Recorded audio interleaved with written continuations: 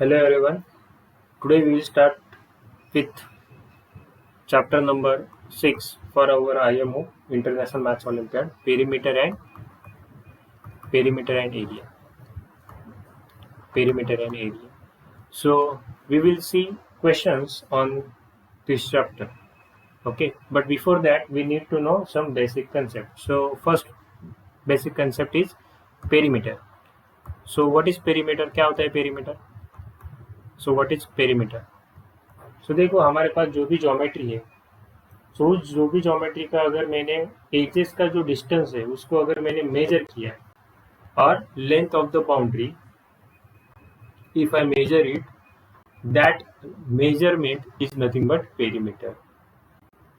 क्या बोल सकते हैं पेरीमीटर को हम कि sum of the length of sum of the length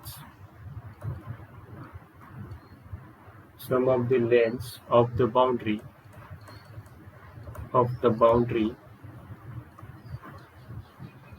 of a figure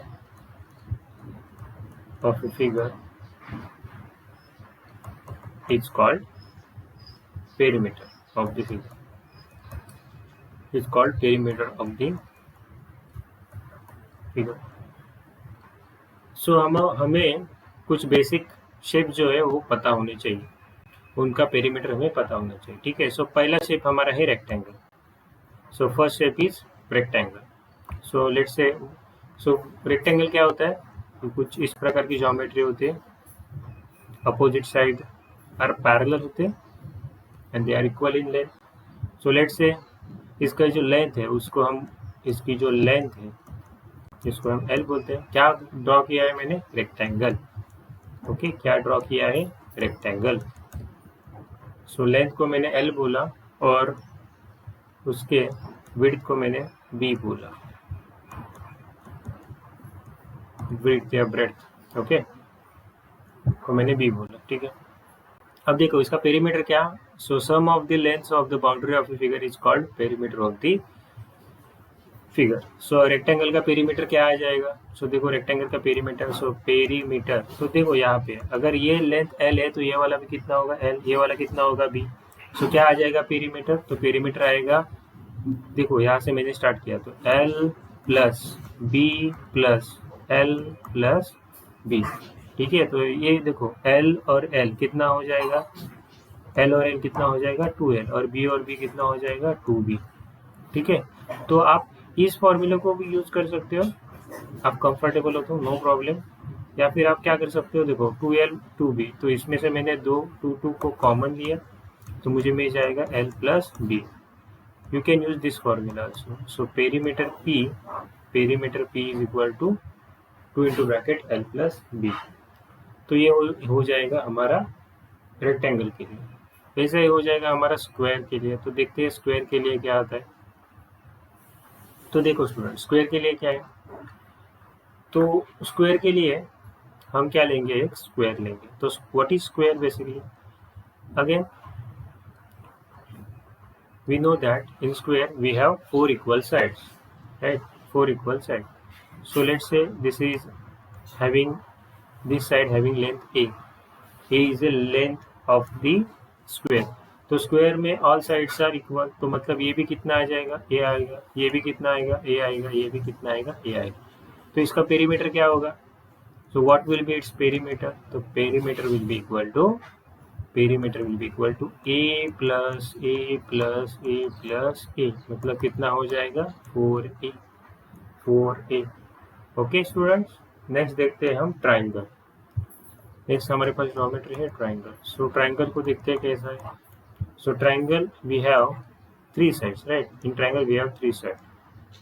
sometime they are equal, sometime they are unequal. तो लेट्स से उनके जो साइड है उसको मैंने बेस को, ठीक है, ये बेस वाली को मैंने क्या ए, ये जो लेंथ है इसकी ए, जो स्लैंटिंग है इसको बी बोला और इसको बोला सी। ठीक है, चलो इसको भी हम बॉक्स करते हैं तो कन्फ्यूजन नहीं होगा। सो आप ये वाला फॉर्मूला याद रखो या ए वाला। सो ए बी और ये हो गया सी। तो इसका पेरीमीटर क्या आएगा? सो इसका पेरीमीटर क्या आएगा? So perimeter will be equal to A plus B plus C. So triangle का पेरीमीटर क्या आएगा, A plus B plus C. अगर तीनों इक्वल होते, मतलब तीनों साइड इक्वल होती, तो जिस प्रकार से हमने स्क्वायर का किया, तो स्क्वायर का आ गया 4a, तो इसका तीनों साइड इक्वल होता तो ए प्लस ए कितना आएगा 3। ओके स्टूडेंट, ठीक है। ओके, नेक्स्ट इस चैप्टर में हमें देखना है area. What is area? Okay, so area में मतलब क्या होता है? सो एरिया मतलब जो हमारे पास जो ज्योमेट्री है उसका जो अंदर वाला पार्ट है उसको हम क्या बोलते हैं, area. So the amount of space inside a particular shape is the area. So area क्या होता है? Area is the amount of space, the amount of space the amount of space inside the shape, amount of space inside the shape, इसको हम क्या बोलते हैं, area. Okay, so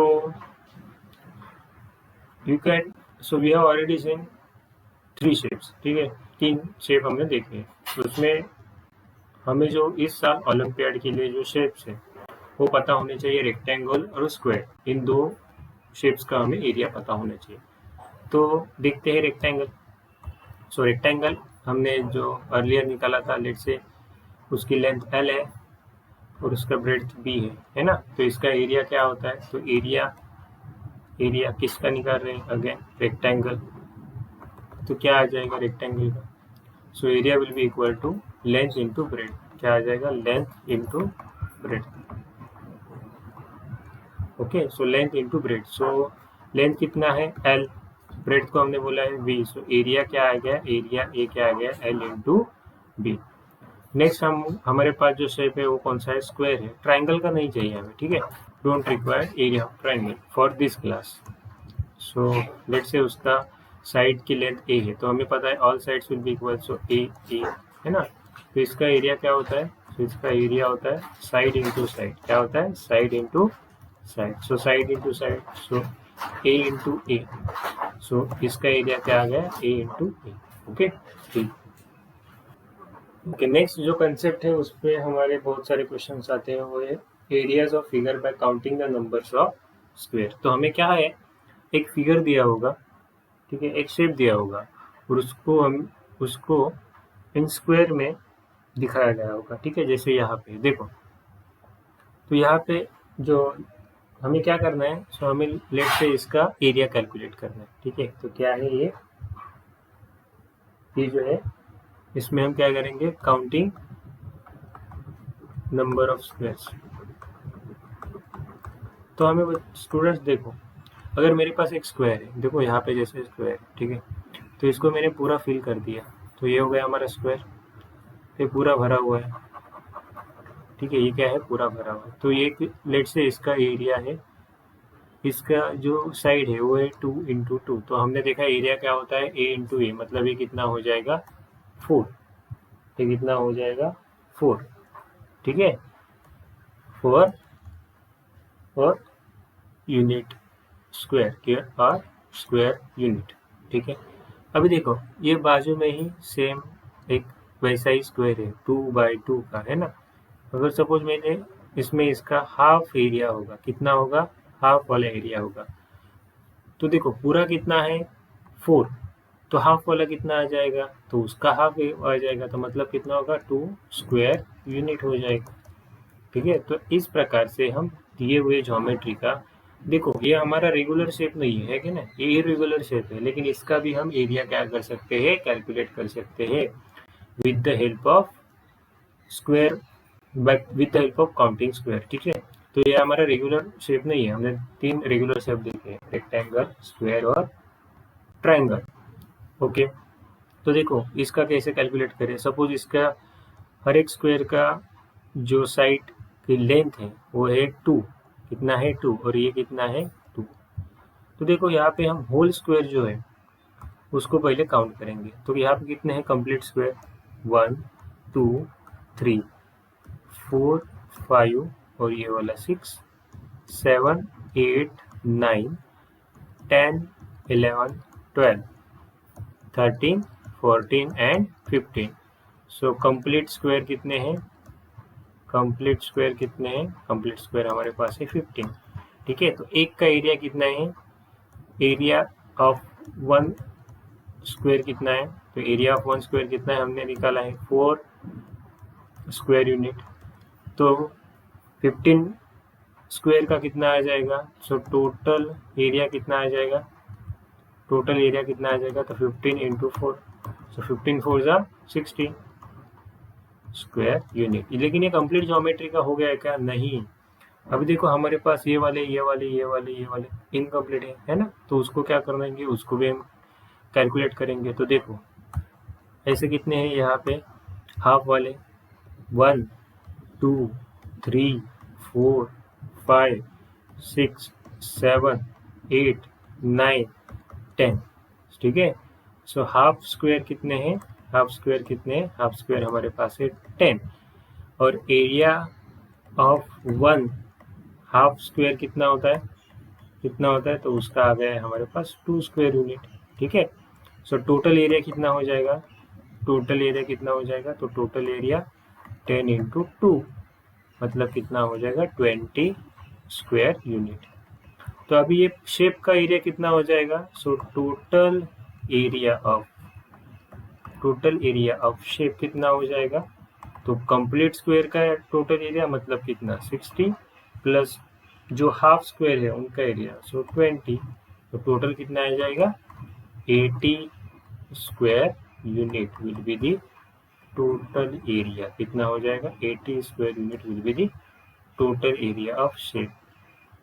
तो ये हो गया हमारा आंसर। सो इस प्रकार से हमको इन क्वेश्चंस के आंसर सॉल्व करना। Okay student, so I hope आपको ये समझ में आ गया होगा। सो अब हम इस पे क्वेश्चंस देखेंगे।